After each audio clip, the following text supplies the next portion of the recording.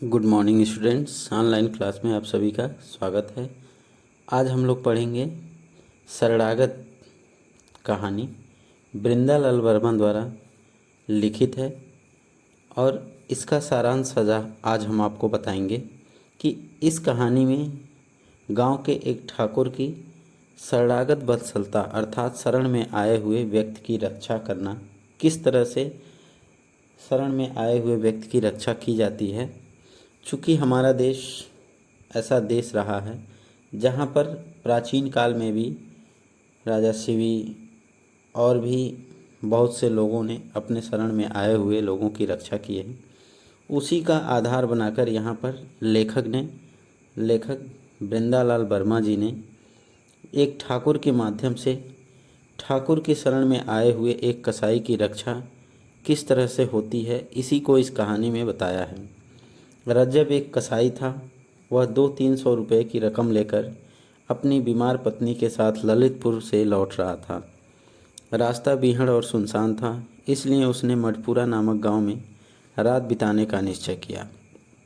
वह जानता था कि गांव में कोई एक कसाई को आश्रय नहीं देगा, फिर भी उसने कई लोगों से रात भर के लिए स्थान देने की याचना की, पर सबने इनकार कर दिया।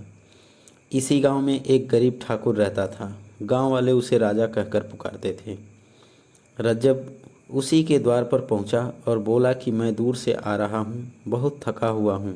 मेरी पत्नी बीमार है, जाड़े में बाहर रहने से न जाने क्या हालत हो जाएगी, इसलिए रात भर रहने के लिए 2 हाथ जगह देने की कृपा करें।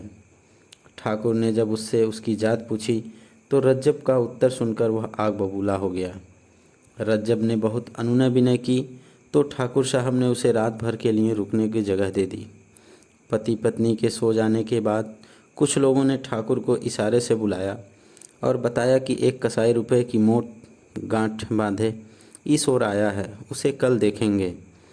ठाकुर ने कहा कि मैं कसाई का पैसा नहीं छूऊंगा।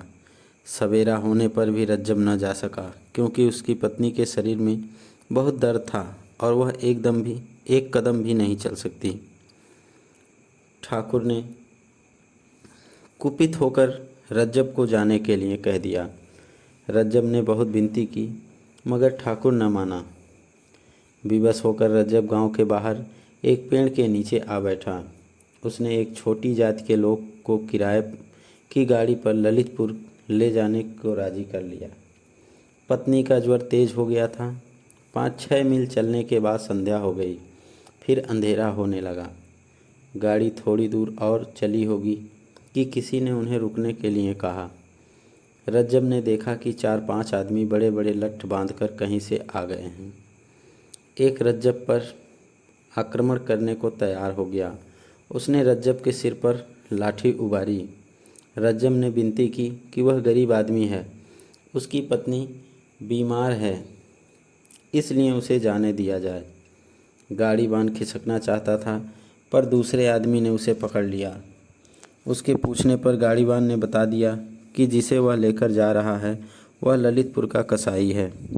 यह सुनकर लाठी वाले आदमी ने अपने एक साथी के कान में कहा कि इसका नाम रज्जब है, छोड़ो चलो यहाँ से। वह आदमी न माना। वह बोला, दाऊ जी, हम असाई कसाई कुछ नहीं मानते। यह दाऊ जी गाँव का वही ठाकुर था जिसके यहाँ रज्जब रात में रुका था। उसने लठैत से कहा, यह मेरी शरण में आया था, इसलिए इसे तंग मत करो। ठाकुर ने गाड़ीवान से कहा कि अपनी गाड़ी हाँके और रज्जब और उसकी पत्नी को ठिकाने पर पहुँचाया, नहीं तो तेरी खैर नहीं। गाड़ीवान गाड़ी लेकर बढ़ गया। उन लोगों में से जिसने गाड़ी पर चढ़कर रज्जब के सिर पर लाठी तानी थी, उसने क्षुब्ध होकर कहा, दाऊ जी, आगे से कभी आपके साथ न आऊँगा। दाऊ जी ने उत्तर दिया, ठाकुर शरणागत के साथ घात नहीं करता, न आना, मैं अकेले ही बहुत कुछ कर गुजरता हूँ।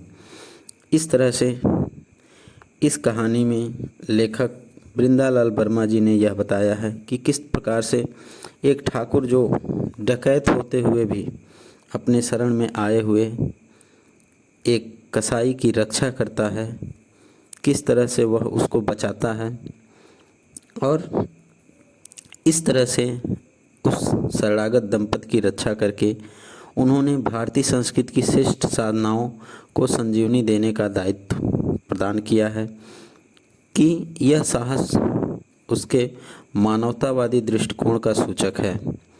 उन्होंने कहानीकार ने यह भी बताया है कि समाज के दृष्टिकोण का संदर्भ देते हुए उच्च जाति की महत्ता को स्वीकार किया है, जिसे हम मानव जात कह सकते हैं। इसके ऊपर कोई जात नहीं है। धन्यवाद।